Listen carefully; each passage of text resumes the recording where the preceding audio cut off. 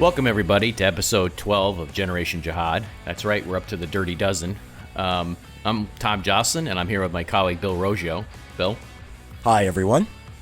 We're senior fellows at the Foundation for Defensive Democracies, and we've been running FDD's Long War Journal for over a decade now, which probably a lot of you know.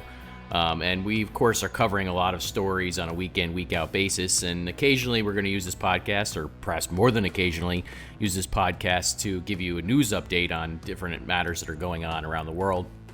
And this week we're going to talk about several issues that are in the news. The first, we're going to lead off with Afghanistan. Bill and I will tell you that we keep trying to not have to talk about Afghanistan, but it keeps pulling us back in.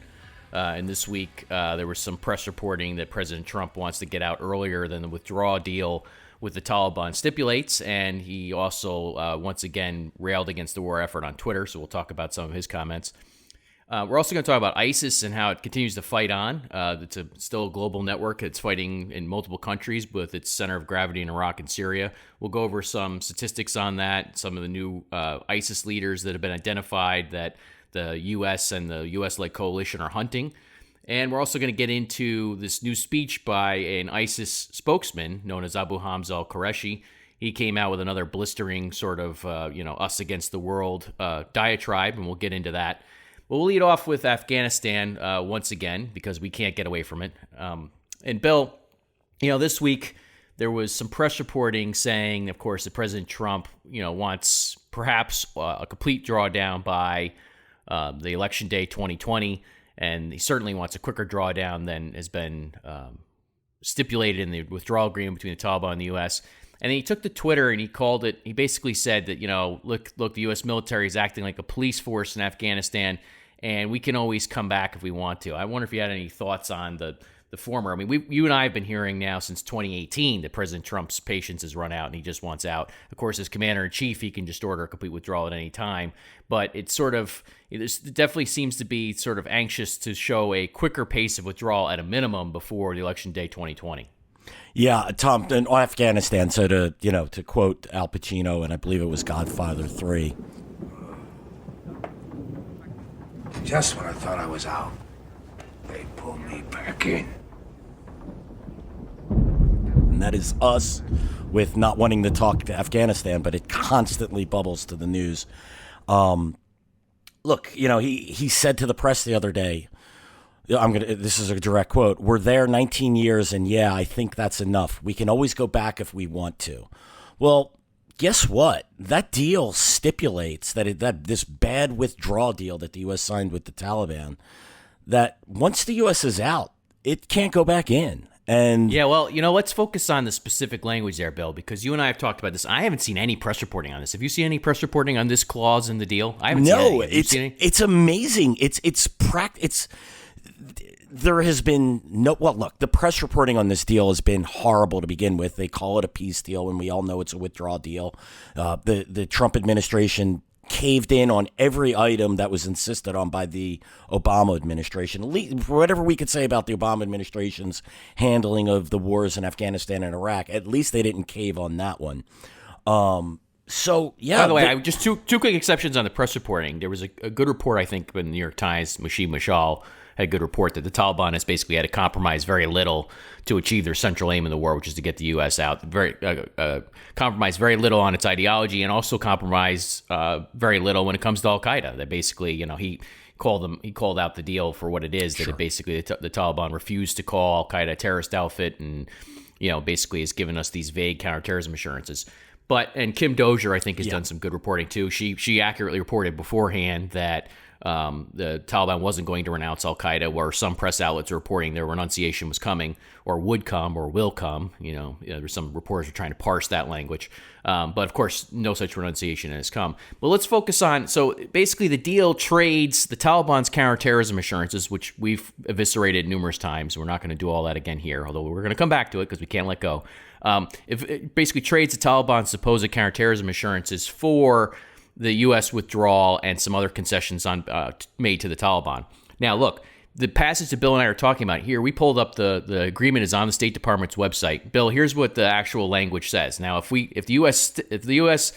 stands by this agreement and stands by this language, then that basically means we really are trusting the Taliban forevermore to neutralize counterterrorism threats coming out of Afghanistan, which is absurd. But here's the language. It says, the United States and its allies will refrain from the threat or the use of force against the territorial integrity or political independence of Afghanistan or intervening in its domestic affairs. That's Part 1, Section F of the withdrawal agreement that was signed on February 29th. That language is basically a hands-off language, right, Bill? Yeah, we've handcuffed ourselves. We're saying we'll trust the Taliban to give us counterterrorism assurances. It won't denounce al-Qaeda. It's not going to denounce al-Qaeda. Yet we are going to accept the Taliban as an effective counterterrorism partner. The Taliban is making the same assurances it made prior to 9/11, that it won't allow its territory to be used for terror attacks. That's what they said in numerous times prior to 9/11. Then 9/11 happens and they refuse to give over Osama bin Laden. And yet we're going to trust them now, and there's no reason to... why would we trust them now when they refuse to denounce al-Qaeda? So, yeah, I mean, to get back to the point on the language of that deal, it doesn't read any clearer to me than that. It's hands off of Afghanistan, the United States. That's what we have agreed to with a group that refuses to denounce al-Qaeda. Yeah, look, to be honest with you, I would love to negotiate against our side, the American side, going forward in any business arrangement, because the Taliban fleeced them in Doha, and there's bridges I'd like to sell. There are used cars I'd like to sell. There are all sorts of ways you can make money and benefit from this, because the level of servility and credulity embedded in this deal is really quite astonishing, and it does speak to sort of a weakness on America's part now, unfortunately, going forward. But, we're talking about the Taliban. Go ahead, John. I'm sorry. No, it's all right. I was just going to say, the Taliban, the way this all works, of course, is the U.S. and the Taliban, everybody else, other nations have been pleading with the Taliban for a ceasefire. They gave the Taliban a ceasefire. The Taliban issued a ceasefire for 3 days recently, and there was a bunch of reporting about how people were hoping this was going to extend to a prolonged ceasefire. Look, you and I want a prolonged ceasefire. It would be great. I mean, this should have been something that the U.S. demanded all along. But, instead the State Department traded concessions, including a timetable for a full withdrawal and a hands-off Afghanistan policy in a deal that didn't even deliver a ceasefire.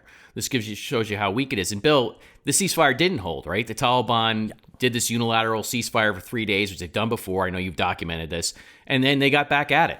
Yeah, it's amazing. So here's what happened. The Taliban issues a unilateral ceasefire. The Afghan government agrees to it.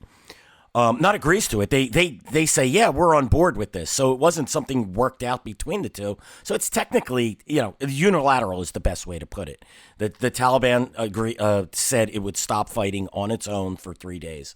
So then the Afghan government comes out and says, we're going to extend that ceasefire. The Taliban ignores it. There's an attack in Paktia province today. 14 Afghan soldiers are killed. The Taliban takes credit for the attack. Spokesman Zabihullah Mujahideen tweets about it. There's no official statement on the website, but that's as official as you get. And now Paktia is one of the long-standing hotbeds of the Khan. Yeah, exactly. And now Afghan officials are complaining that the Taliban is violating the ceasefire, but there is no ceasefire. So it just... all sides of this want this deal, this ceasefire. They're making it into what they want and not to the reality of what it is.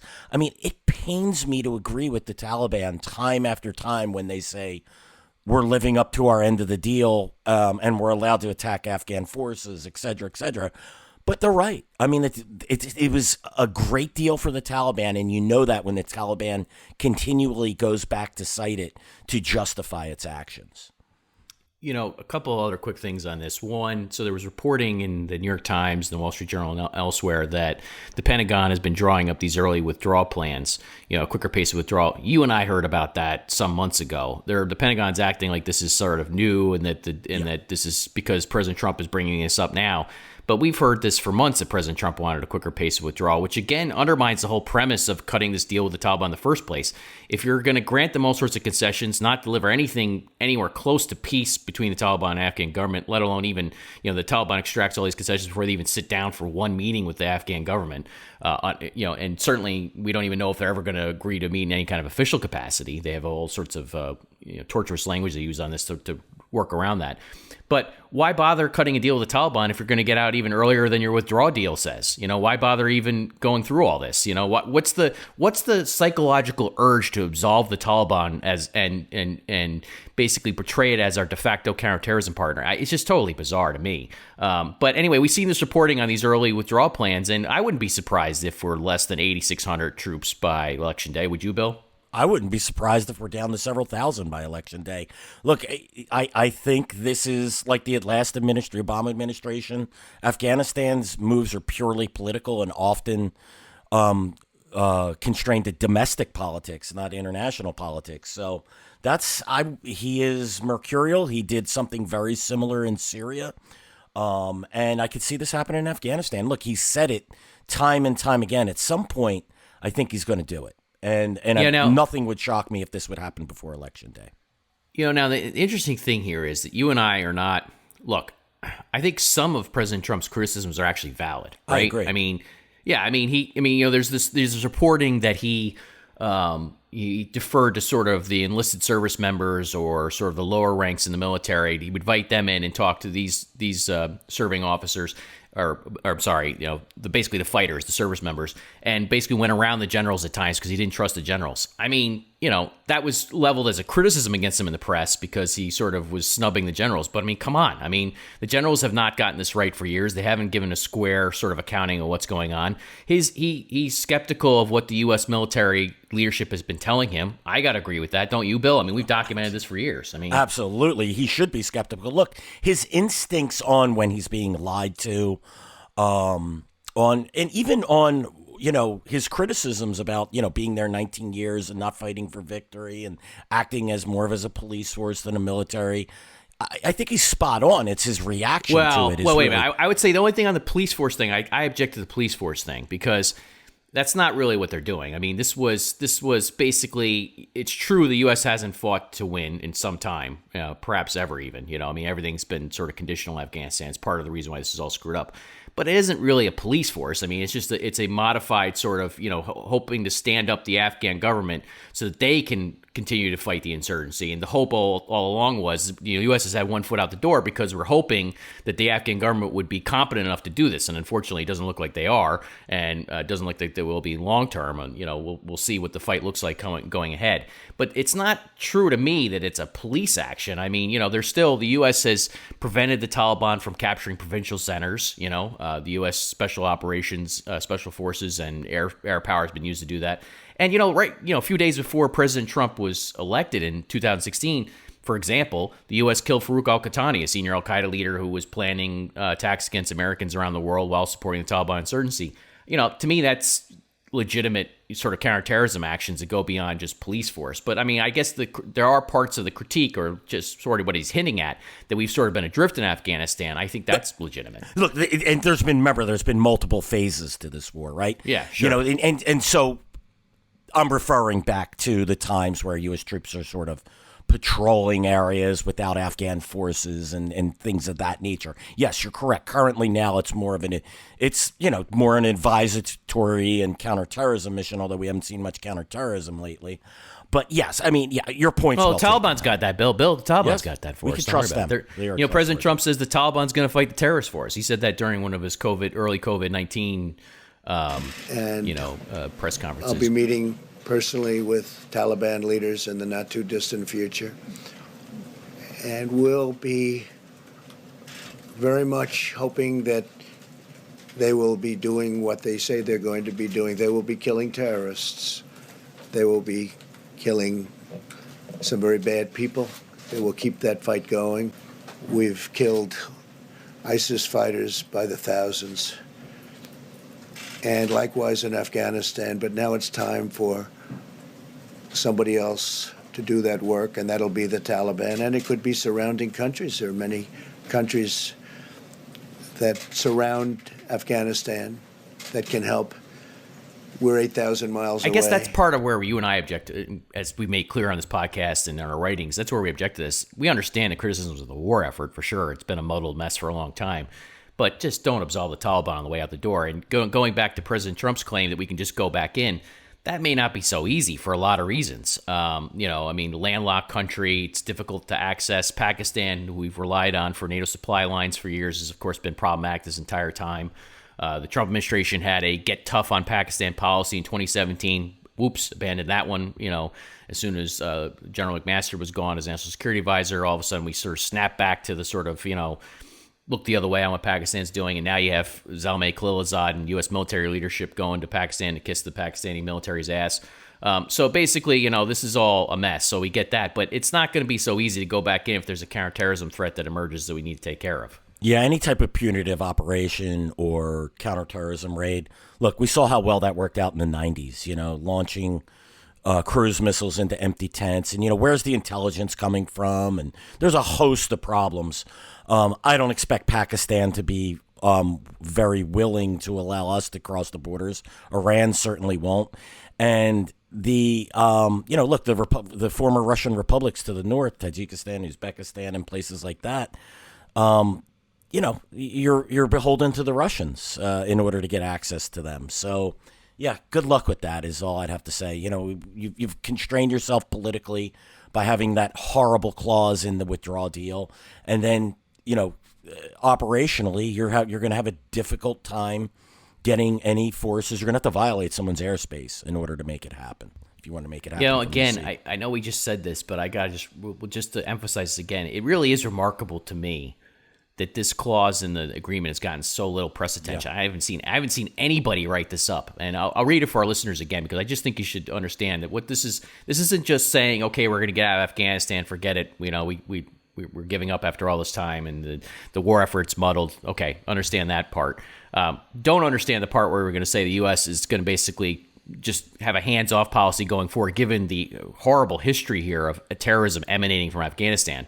This idea that the clause reads, again, the United States and its allies will refrain from the threat or the use of force. So again, Bill, that's even just the threat. We can't even threaten force, right? Yeah. Against the territorial integrity or political independence of Afghanistan or intervening in its domestic affairs. Now, if the U.S. abides by that, we can't even say once we detect U.S. intelligence detects an al-Qaeda threat or an ISIS threat even, who's to say this clause won't be thrown in the U.S.'s face, in America's face, and say, okay, you can't go after it because you said once you're out, you're out. Yeah, no, and Tom, analyzing the deal like this makes you and I somehow warmongers. It's when we're probably two of the biggest sense questions. Yeah, we're two of the biggest advocates. If we're not there to fight to win, let's leave. I mean, I'm pretty sure I could speak to you on that. For you on that, this is just very frustrating. We're looking at this deal, and we're seeing and reporting on the flaws of it, and the Taliban's position on it, and somehow that makes us the bad guys in this picture, and it always astounds me. Yeah, well, I mean, look, I just think there's just profound intellectual confusion on all of this. You have the President of the United States and Secretary of State saying the Taliban is now our counterterrorism partner. That's the end. That's what a lost war looks like, folks. All right, so let's move on to ISIS because the U.S. This is another war the U.S. has tried to get out of a couple times now. It's trying to extricate itself from.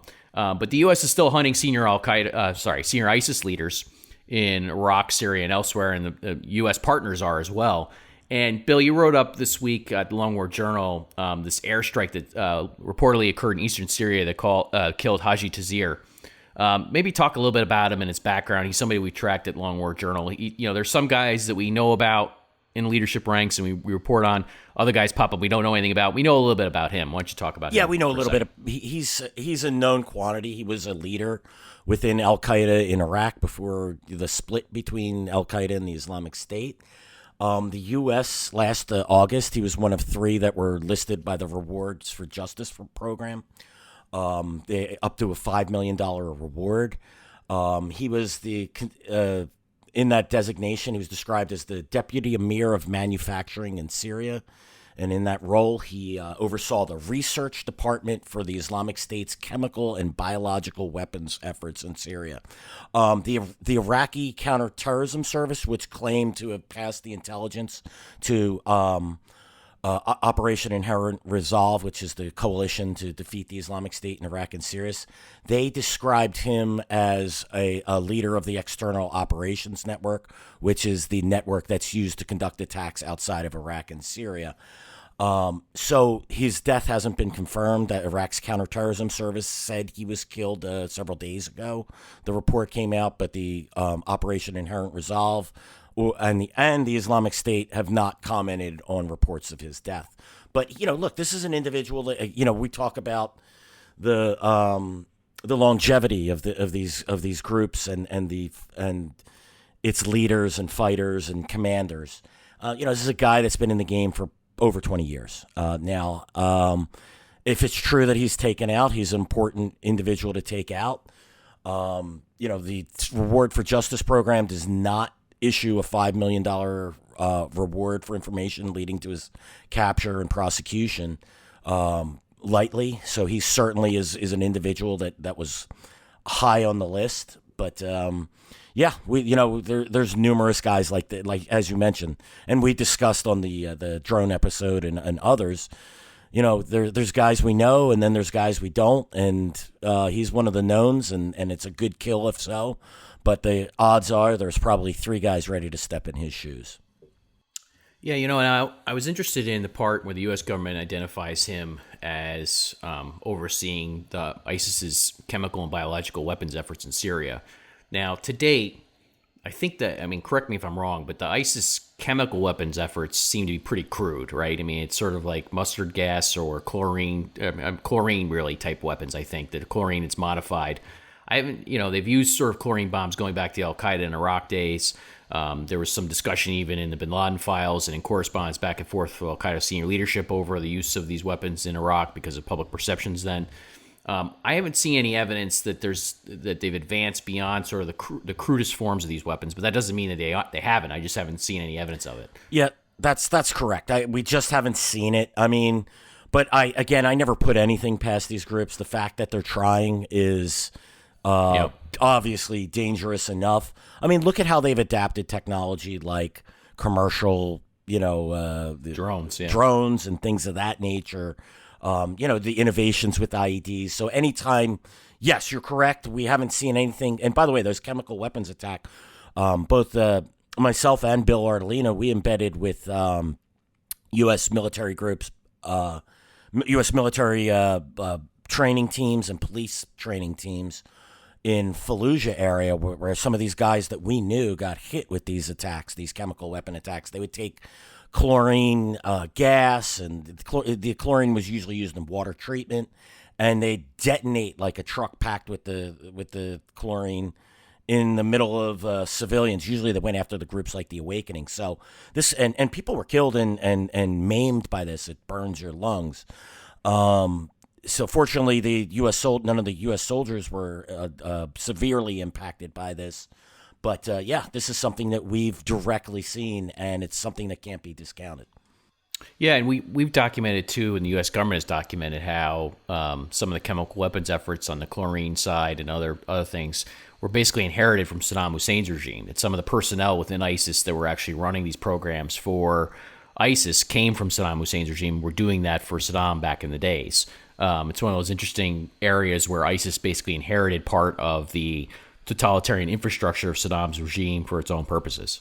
Yeah, Tom, I'm going to share real quick. This is a little bit off target here, but this is a story I've actually never... It's our podcast, Bill. You can do whatever you want, So, look, I was embedded in Mosul in 2000, it was April, I believe it was April 2008. And you talk about the chemical weapons program in Saddam, right? And everyone claims he didn't have it or whatnot. I'm at this base. It was called Camp Assad. And the U.S. military was digging up the ground to build a mess hall, a chow hall for the Iraqi military, which was expanding its presence at this base. And they hit this white powder, massive containers of it. I get called off my embed by the commander of the unit that I'm embedded with.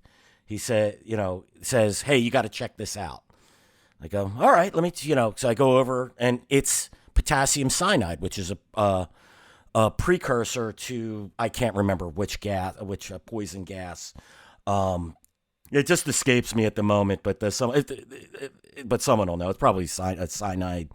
I'm gonna go. Weapon. Keep talking. And so they want me to write this up, and I said, sure. Let me talk to the nuclear, chemical, biological expert, the guys who dug this up. Let me interview the unit commander. Let me, et cetera, et cetera. Oh no, we can't do that. And I'm sitting there going, well, wait, you want me to be like WMB D-boy for you, which at this time was a really hot topic. And yet I can't interview anyone about it. I just got to take pictures and show you what I saw. I was like, I'm not doing that. But like, these types of, this type of infrastructure that Saddam set up was, you had people from Saddam's regime joining al-Qaeda in Iraq. Some of them were just, for various reasons. Some of them ideological. And they would help these groups with this information. Here's a stash of this. And so, yeah, we know that this stuff is out there. We know that Saddam had a chemical weapons program, even though it's denied all over the place. And then even on the CIA website, by the way, they note how chemical shells with chemical gas were detonated by jihadist groups, supposedly unknowingly, but I'm not so certain about that. But yeah, this is something when you have a regime like Saddam Hussein, who was building a chemical weapons program, and then you don't properly secure the country, and then you have a jihadist resistance pop up. You shouldn't be surprised that they're going to try and build a chemical weapons program. Yeah, no, I agree. Too, I mean, we look at Iraq. You're talking about ISIS in Iraq and Syria, and one of the things we continue to sort of, I feel like I'm lagging in reporting on this because there's so much going on, but there's just so many different areas to report on. But look, there are a lot of indications recently that there's an uptick in its operations in Iraq in particular, that the insurgency is bubbling there. And there's always this conversation about, it's a resurgence in ISIS, so they're growing again. And you and we kind of refrain a little bit from that verbiage because, as we've explained before, there's an ebb and flow of this stuff. These organizations are they're insurgents. They're insurgents principally first and foremost. So as organized as insurgencies, there's a certain amount of capacity that's built in that people have a very hard time measuring. We have a hard time measuring exactly how much capacity they have. But when we see an uptick in attacks, people say, well, they're resurging again. Well, they could just be utilizing unused capacity that they had that for whatever reason they decided not to use. So yeah, I mean, it's alarming, and the operational data is important to keep track of. It tells you overall what they're doing. But Bill, I was looking at the weekly newsletter Al-Naba that ISIS puts out, and I looked at the issue 235. This is their Arabic newsletter where they do a summary of different reports. They rail against the West. They summarize the operations. They swipe out Al-Qaeda. And for 235, issue 235 was for the week of May 14th to the 20th. And I thought it was interesting to look at. I do this periodically, look at their claims, which you have to take with a grain of salt, of course. But they always put out this infographic called The Harvest of Soldiers, outcomes of Islamic State soldier attacks for the week, basically. And this was for May 14th to 20th. And, of course, Al-Qaeda has emulated this as well, and so has the Taliban. But the ISIS numbers are alarming when you look at them. I mean, during this 1 week from May 14th to the 20th, they claimed 158 operations total. Most of these were in Iraq. They had 84 in Iraq, then followed by 39 in Syria. There were 13 in West Africa, then 9 in the Sinai, 4 in Central Africa, which at some point here we're going to have to deal with what's going on in Central Africa, 3 in Libya, 2 in the Khorasan, which is Afghanistan, Pakistan, surrounding area, 2 in Somalia, 1 in Yemen, and 1 basically in East Asia or the Philippines. So again, the center of gravity for this organization, based on their claimed operations, is still in Iraq and Syria, mainly Iraq. And when you look at what they're also claiming, it's the same old areas you were reporting on years ago when you were embedded, Bill. Same areas. I mean, you get Diyala, Kirkuk, northern Baghdad, south of Baghdad, Anbar, Saladin. Same areas again after all these years. And this speaks to, I think, what we keep talking about with the resilience of these organizations, and also that there's this latent capacity that's very tough to measure. Yeah, absolutely. I always bristle when I see resurgence. Like, how many times does a group have to resurge before you just realize that maybe Look, we've always said ebb and flow. It's the best way to put it. The problem is what we have is leadership that is always willing to say a group's defeated or on the brink of defeat. So once you use that language, then they come back, supposedly come back or resurge.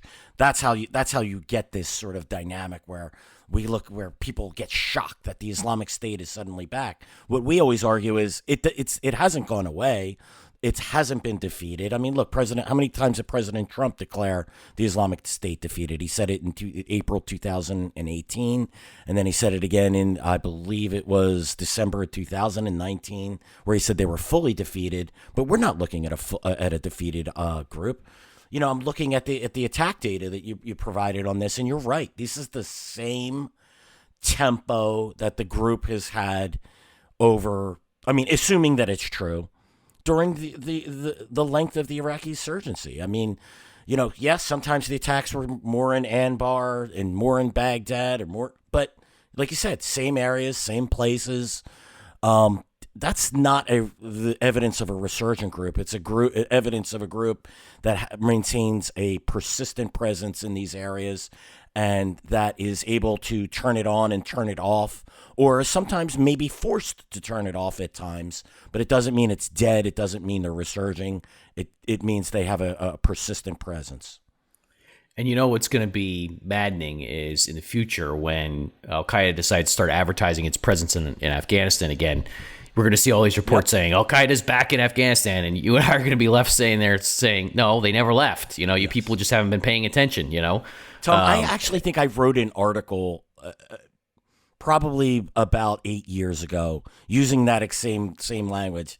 You know, Al-Qaeda, it never left. I'd have to take a look at that. You know, it's maddening. It's really, this is the result of people just not paying attention in these areas. And also, you know, a big problem that we have that I think we experience is, you know, a lot of times some reporters are just regurgitating what political or defense officials or intelligence officials are telling them, and they're not using their knowledge of the region or the topic area to actually say, you know, does that really make sense? So you see all these reports unquestionably stating, this is how and look, I get it. There are good reporters and good reports out there, say, on the Taliban peace deal.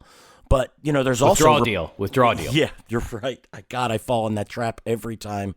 But there's, you know, calling it a peace deal, for instance, right? That's because that's what Khalilzad says. That's what President Trump says. That's what Secretary Pompeo says. But it's not that. Or claiming that you know, so this is the type of thing that we're dealing with all the time. It's very frustrating. And but yep, it's something we have to live with. Yeah, you know, by the way, on the deal, I pointed this out to a reporter the other day that the title of here we are back to Afghanistan again. Sorry, folks. Yeah, we can't get away. The withdrawal deal is actually titled Agreement for Bringing Peace to Afghanistan between the Islamic Emirate of Afghanistan, which is not recognized by the United States as a state and is known as the Taliban, and the United States of America. I mean, this is the type of tortuous language that's used in this thing where the Taliban insists on referring to itself as Islamic Emirate of Afghanistan, a totalitarian regime, and the U.S. has to put in this bizarre disclaimer time and time again saying it's not recognized as such, doesn't recognize it as a legitimate political entity, but it's Agreement for Bringing Peace to Afghanistan. And that's sort of the title, again, that doesn't say it's a peace deal. It says that this is the framework that they're claiming is going to bring peace to Afghanistan. And under the Taliban's logic, yeah, it's going to bring peace to Afghanistan because they envision their victory with the U.S. leaving and Western forces leaving, and they're going to bring peace to Afghanistan because they're going to rule. That's their whole idea, you know. Yeah, you know, we've noted the peace of the Taliban won't be very peaceful. To the Taliban, what peace is the U.S. leaves, it runs roughshod over the Afghan forces, and then the Taliban will enforce their peace. That's not the peace that the U.S. wants or should want, and it's not the peace that people think it'll be. All those apologists that pimp for this thing, you know, they should be forced to live in areas under Taliban Kabul. control. They should have in the new, whatever the new emirate looks like. But you know, it's true. This is what I find also discomforting about all this is the idea that just throwing the word peace out there somehow is used to claim the moral high ground, right? Yeah. You know, oh well, I'm working for peace, so therefore I'm a morally superior actor. Well, no, you know, if your work is just delivering a Taliban victory or is enshrining the Taliban as a legitimate entity, regardless of what you claim, or is empowering the Taliban, or is without any evidence claiming that the Taliban is now our de facto counterterrorism partner, how is that peace, right? That's not peace. You know, that's something quite different. So I think part of what happens in the press reporting is this credulity, because once you throw the word peace out there, everybody loves it and wants to hear that. And believe me, we'd love peace and real peace in Afghanistan too. But just using the word peace doesn't mean you're actually serving any noble or moral cause. Sorry. You know, you could actually use that as a misnomer to mislabel what you're actually doing. Yep. But in any event, so, you know, we got on another digression about Afghanistan, but, you know, back to ISIS for a second. So they claimed only 2 operations in the Khorasan, which is an area where they still counter and are going after or trying to fight the Taliban and al-Qaeda. And there's a new speech out by the ISIS spokesman, Abu Hamza al-Qurashi, and this is the third now spokesman for ISIS as a caliphate. So you had Abu Muhammad al-Adnani, who was killed in summer 2016. He was the first spokesman for ISIS as a caliphate. I mean, he's been there a long time. You know, there's guys who, you know, served before him within the predecessor organizations, but he was this long-standing spokesman for the group. Then you had Abu Hassan al-Muhajir, who served from 2016 to October 2019. He was killed right after Baghdadi was killed. He was the sort of second spokesman for ISIS as a caliphate, or as the declared caliphate, self-declared caliphate. And he issued a few speeches. And now you have Abu Hamza al-Qurashi, and his nom de guerre is meant to imply that he's sort of descended from the same tribe as the Prophet Muhammad, which of course none of us can actually figure out. That's a whole labyrinthian, genealogy you'd have to go through there to validate that. But that's the claim, that both he and the new emir of the ISIS are descended from this tribe. It's supposed to basically give them religious and political currency and legitimacy. And his new speech by Abu Hamza is titled, "And the Disbelievers Will Know Who Gets the Good End." And so this is sort of rubbing it in the faces of the so-called disbelievers of the infidel. And Bill, I listened to this thing, and there's just a lot of chatter on the coronavirus. He goes on and on and on, claiming it's divine retribution against the West, of course, which is, again, we've talked about in previous episodes, how these guys just sort of portray any event that happens as Allah's will, whether or not it's logically consistent or not. I'm sure that there are plenty of jihadis who are infected with coronavirus right now, for example. But he also goes off on the Taliban deal with the U.S. in Doha, the same thing we've just criticized. And he accuses the Taliban and by extension al-Qaeda of conspiring with the U.S. to fight ISIS. Now, what's interesting about this is that this is, in effect, what General Scotty Miller and Secretary Pompeo and Special Representative Zalmay Khalilzad have pitched to the American public and to the Taliban. You know, they've implicitly devalued the al-Qaeda threat in Afghanistan and its alliance with the Taliban in the name of fighting ISIS. In fact, there's press reporting in the New York Times that General Miller at one point said to the Taliban in Doha, you know, let's stop fighting each other so we can take the fight to ISIS directly. This is, again, evidence of a lost war.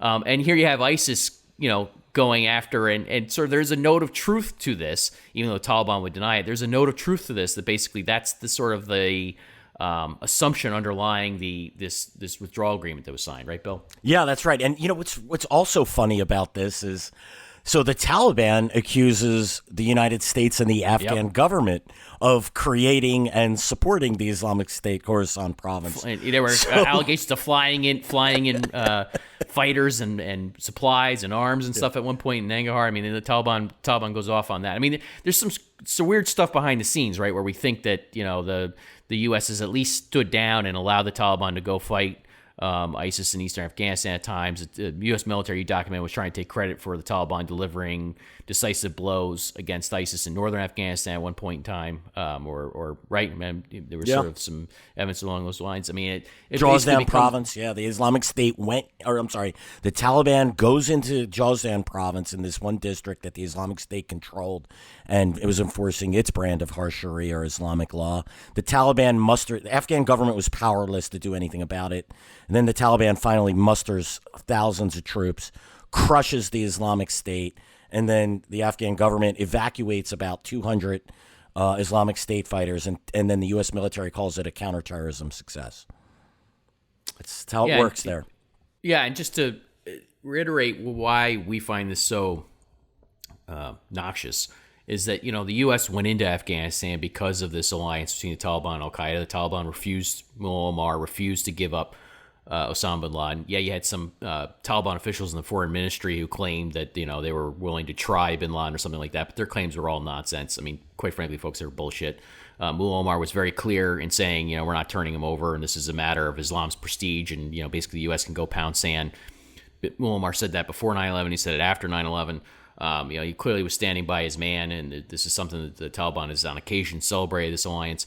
So the U.S. went into Afghanistan to neutralize an al-Qaeda threat and sort of disrupt this Taliban-al-Qaeda alliance. And now, basically, the U.S. is turning to the Taliban-al-Qaeda alliance, pretending the Taliban isn't deeply embedded with al-Qaeda, and at the same time appealing to the Taliban to be our counterterrorism partner. This is a completely distasteful turn of events here in this war, and it's certainly not doesn't speak to wanting to support this war effort when we become this sort of twisted intellectually on what's going on.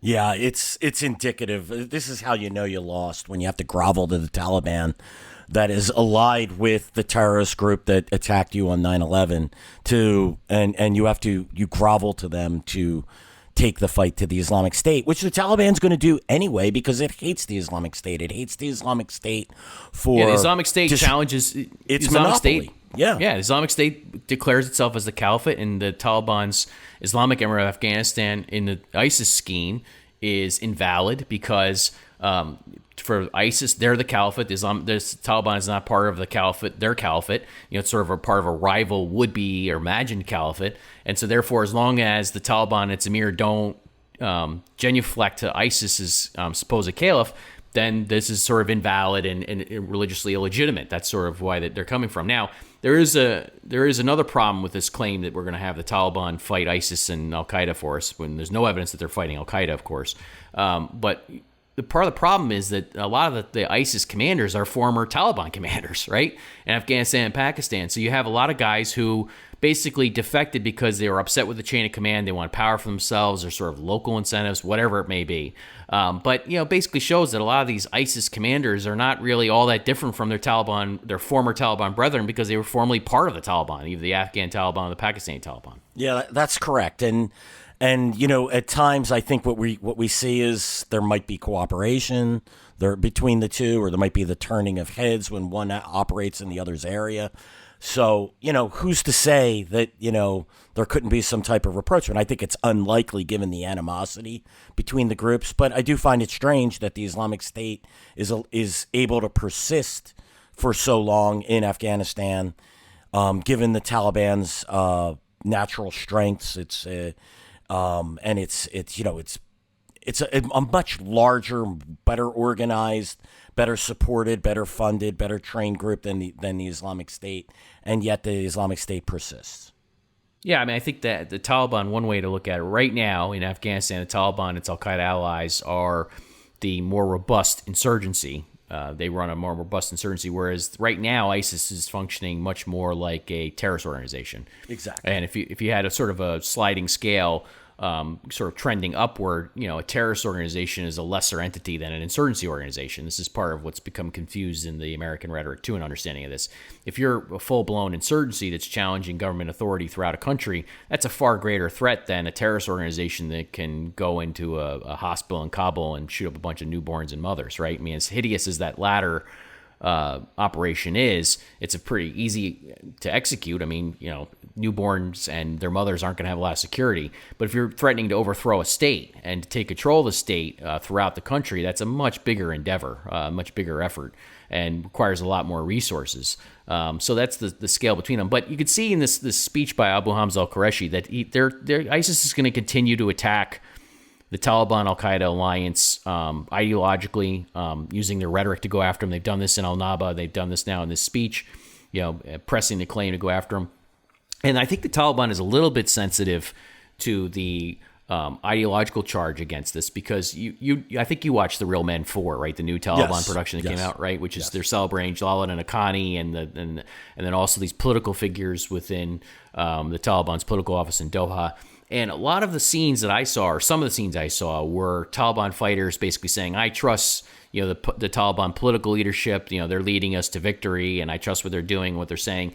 And you could say, why did they put that video out? Well, it may be that they're sensitive to criticism within jihadi circles as they negotiated with the U.S., right? Even though you and I know that's a sophisticated play because the U.S. bent over backwards to sort of get any kind of deal and is now going to give the Taliban what they want and get almost nothing or nothing in return. Makes sense for the Taliban to do that because they're going to win, or they think they're going to win. But there's criticism within jihadi circles that says maybe they shouldn't have negotiated with the U.S. in the first place. And the video I think was a little bit defensive in that regard. I concur. I actually agree. But I think this is one of the inherent weaknesses of the Islamic State. Its inability to take to the political stage to achieve any of its goals. It just refuses. Look, I always say like Al Qaeda or the Islamic State or the extremists. There is just no will whatsoever for them to conduct any types of negotiations. The Taliban's negotiations with the United States, while it may look, as a sign of weakness to a hardcore jihadist, and that's really going, or should I say a hardcore jihadist from the Islamic State. I think most of them understand the strength of the Taliban's political efforts. The ultimate goal is to get the United States to leave Afghanistan, and the Taliban's ultimate goal and reestablishes Islamic Emirate. If they could do that by driving them out via force, they're going to do that. If they can do it with getting them to the negotiating table, they're going to do that. They did a little of both in this one. They tired the U.S. out with fighting and then took them to the table. They're going to achieve their goal, and that's something that the Islamic State is not going to be able to do in any of its theaters. Look, that's why I think both you and I probably could speak for you here, where that's why we view the Al-Qaeda sphere, the Taliban Al-Qaeda sphere of influence far more dangerous because they're more adept at manipulating propaganda and using political negotiations and things of that nature. Not that Al-Qaeda would ever sit down and negotiate, but it's wholly supportive of the Taliban's efforts to negotiate. Well, actually, even Al-Qaeda even said in North Africa that it would be willing to sit down to get to withdraw. So I think this is part of that dynamic that exists, and that's why I think that ultimately it's easy. The Islamic State is a lightning rod because they'll kill babies in hospitals and they'll never negotiate. Well, we think they did that operation anyway, right? Yeah. We don't really actually even know. But Al-Qaeda, I wrote up Al-Qaeda in West Africa offered, if the French withdraw, then they'll negotiate with the Malian government. Well, it makes sense, right? If the West is going to leave, which is the number one thing impeding their ability to create their Islamic Emirates, then of course they're negotiate with the local entities to a certain extent, or they're willing to bargain because they're going to get what they want politically, which is an Islamic Emirate in these areas. And that's part of the problem that we have with the Taliban talks is no matter what the State Department says about they don't recognize Islamic Emirate of Afghanistan as a legitimate entity. This whole process is legitimized and empowered the Taliban as a legitimate entity. And you go back to prior to 9/11, the Taliban was recognized as a legitimate regime or a legitimate state by only a handful of countries at times. You had Pakistan, Saudi Arabia originally were willing to sort of play ball there, although that changed with Saudi Arabia over time. But, it did not have any international legitimacy. Now you watch the Taliban political figures after all these years going to Moscow, going to Iran, going here, going there, going, obviously with their office in Doha. And then you have the Secretary of State of the United States, the first cabinet level official to actually fly halfway around the world to Doha to personally meet with Taliban political figures. Sorry, folks, that's legitimizing their Islamic Emirate as a political entity. And so now this is the perversity of this war, is that this entity that was not recognized as legitimate before 9/11 could very well be on the verge of international legitimacy now. And that's why Al-Qaeda is endorsing this and sees this as a path forward to political power, because they see that this legitimacy that this process is granting, that they want to emulate in West Africa and elsewhere, is the way to have Islamic Emirates be legitimized by this international system they're trying to basically undermine and undo from within. So it basically can take the pressure off them, and that's a big problem, I think. Yeah, and look, the Taliban itself, I believe they issued a statement about a week ago noting that, its political victories and being recognized. Look, American allies didn't get the treatment that the Taliban did. Some American allies or wannabe allies would die for the Secretary of State to come over. And, you had them talking to essentially low-level Taliban figures. a political representative in Doha. You're getting the Secretary of State's attention. That's absurd. A guy who That's was in what prison legitimacy looks like. A guy who was in prison in Pakistan for several years. Yeah, you know, exactly. I mean that's and then we have the Secretary of State flying over, desperate to shake hands. Or 5 Taliban leaders who were imprisoned at Guantanamo Bay. Right, and all of them, as I reported their dossiers, all of them were littered with Al Qaeda ties. And now we're pretending that they're kosher. But this speech by Abu Hamza al-Qurashi, he not only does he go after the Taliban, Al Qaeda, and the Taliban deal with the U.S., he also repeats the ISIS criticism of Al Qaeda in West Africa, claiming that Al Qaeda started the fight and that Al Qaeda is preventing jihadists from joining the caliphate, the so-called caliphate in West Africa. So he's really, they're really ratcheting up the rhetoric again against Al Qaeda, and it shows again. I think it's a strong piece of evidence that there isn't some grand bargain between the two coming. That they're still willing to go after them. ISIS is still willing to go after Al Qaeda in this fashion. Right? And I think that's you and I look at that and we think that there could be sort of tactical cooperation. There reportedly was tactical cooperation in West Africa between the two rivals. There could be elsewhere at other times, but in terms of a grand bargain right now, it doesn't. That certainly a possibility doesn't look very strong. No, it doesn't. Look, there was a time where I thought, hey, maybe if Baghdadi was killed and Adnani, the spokesman, Abu Bakr al-Baghdadi, of course, the first leader of the Islamic State, and Adnani, the spokesman, these were two guys who were really virulently anti-Al-Qaeda. And I thought, well, maybe if they're killed at some point in time, there could be some type of rapprochement. Nothing would surprise me, but I think those days have long passed. The animosity between the two groups is great, at least at the senior leadership level. And you got to understand that, not you, Tom, but our listeners here, when we look at this tactical cooperation on the ground, these local Islamic State leaders used to be members of Al-Qaeda or some other allied group. These are people that they worked together and fought alongside each other, and now they're forced to fight each other. So I think that's where you see some of this this local cooperation. If they had a preference, they probably wouldn't be fighting each other. But there's leadership pressures, and also there's just differences in opinion and differences in ideology that have occurred. And I think that's where ultimately you start seeing the separation between the two.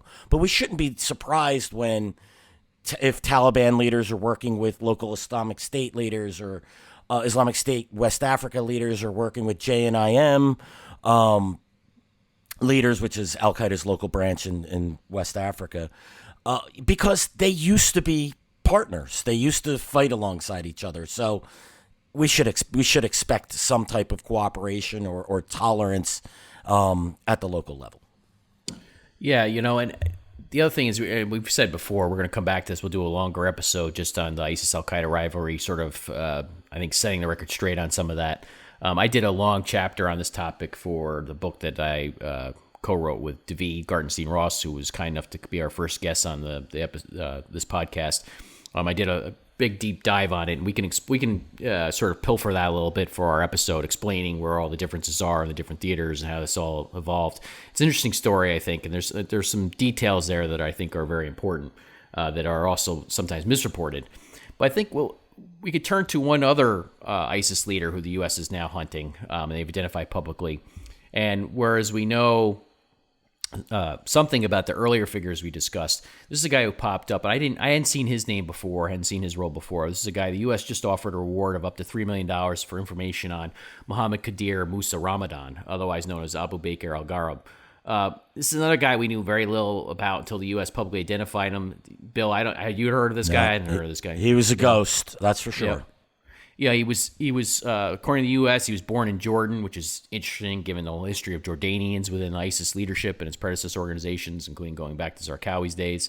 The U.S. describes him as one of ISIS's longest-serving senior media officials and oversees the group's daily media operations, including the management of content from ISIS's dispersed global network of supporters. Now, that language, what I think that actually means is he's overseeing the the ISIS so-called provinces that are reporting back to the central media hub and producing daily content. And one of the things we've been monitoring and continue to monitor is that Amaq News, which is the ISIS's principal daily reporting mechanism, and then they have Al-Naba, which we discussed, and then they have central media hubs like the one that produced Abu Hamza al-Qurashi's message. But there's a lot of daily reporting going through Amaq and Al-Naba, weekly reporting through Al-Naba, that's accumulated from the ISIS provinces. And there's definitely a reporting mechanism there. And it seems to me like what the U.S. State Department is talking about here with this reward offer is that this guy is actually overseeing the collection and sort of synthesis of that's probably what he's doing. Yeah, I couldn't agree with you more, Tom. That is a very key point, and it just goes to show that the group, at least its media operations, still is connected to the outside world. I mean, we talked about the stats that were in the about attacks inside of Iraq and in Syria, and those numbers are being compiled by someone. They're being put together, they're being gathered, and then they're being put into official propaganda and disseminated. And it sounds to me, and I concur with your analysis on this, that Abu Ghraib is a key leader in this. And I also thought it was very interesting, and when they talked about he's the extremist. I'm going to read what State said here.